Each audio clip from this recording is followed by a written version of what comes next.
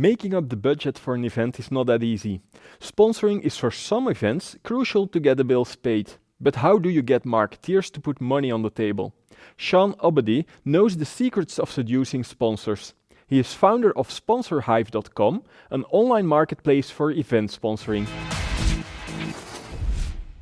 Hi, Sean. Thank you to come into our show. Thank you for having me. We're going to talk about sponsoring, but as an event organizer, where do you start? Well, where do we start? Basically, I think sponsorship has to be seen as the most difficult area to secure, especially for smaller events.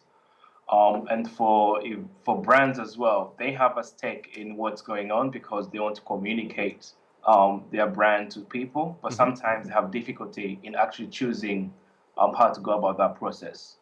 So there's lots of inefficiencies in terms of how sponsorship is managed and how it's actually acquired. Okay. And that's what we believe we can help to use technology to actually solve that problem. Okay. And when you start to make a pitch for sponsors, Yeah. how do you do that? How do you structure your pitch?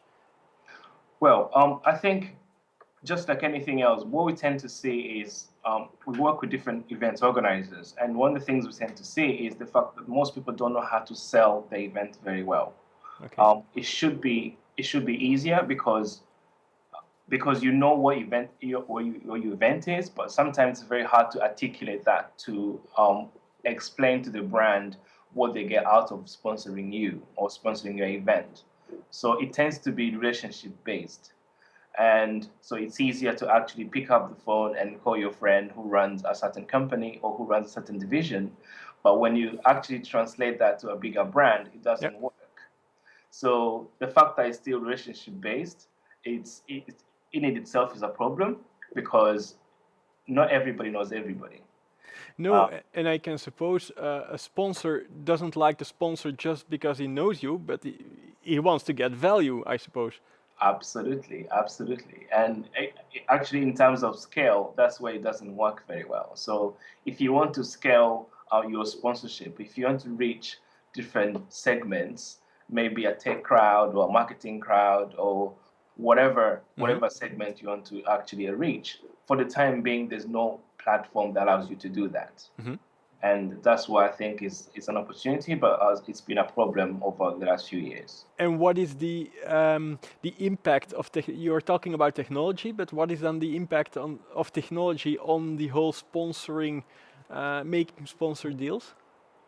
Well, technology allows us to actually do the matching. So the brands can actually sit in their offices and pick whatever segment they want to target for that week or for that month or for whatever period they want to actually communicate their brand. It could be a new product that's been launched, and with that product, they have to communicate a certain message to certain people. Yeah.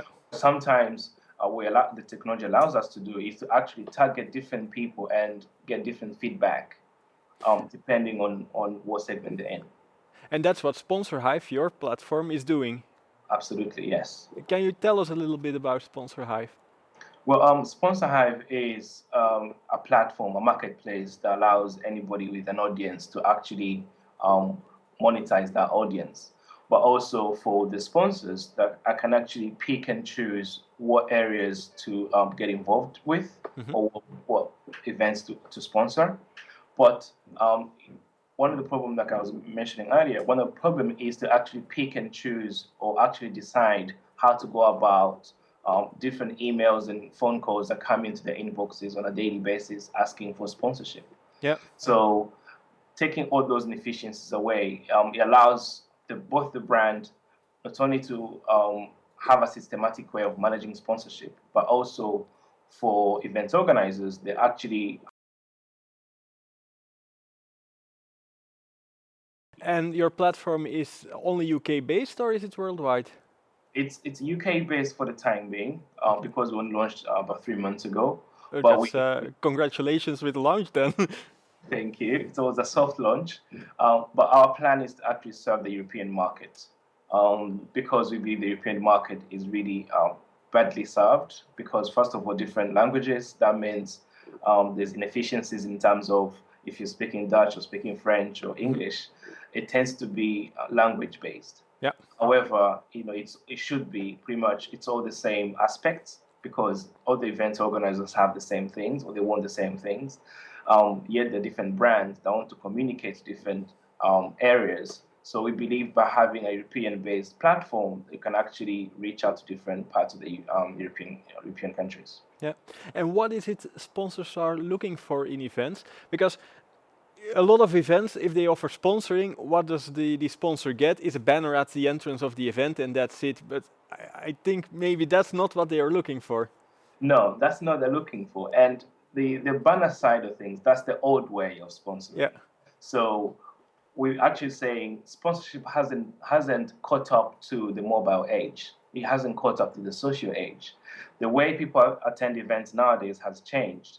And what you tend to see is everybody now attends an event with an iPhone or an iPad. Yeah. And they tend to actually be twittering or using different social networks, talking about what's going on, whether it's a speaker or whether it's a brand or somebody that's just met. So that conversation, we believe, is very important in terms of capturing and sometimes even embedding some of the messages within that conversation, because you can get instant feedback. Yep. on your brand perception. For example, if you're sponsoring an event and you've given away products, we can actually find out what people are saying, talking about your product during the event, or even after the event, or before the event. So as a brand, that's very useful because you get insights that normally you wouldn't actually get when you just put up a banner and hoping for the best. Yeah, yeah, indeed. I found this a very inspiring interview, Sean. I really want to thank you. No, thank you. Thank you for having me. And you at home, thank you for watching our show. I hope to see you next week.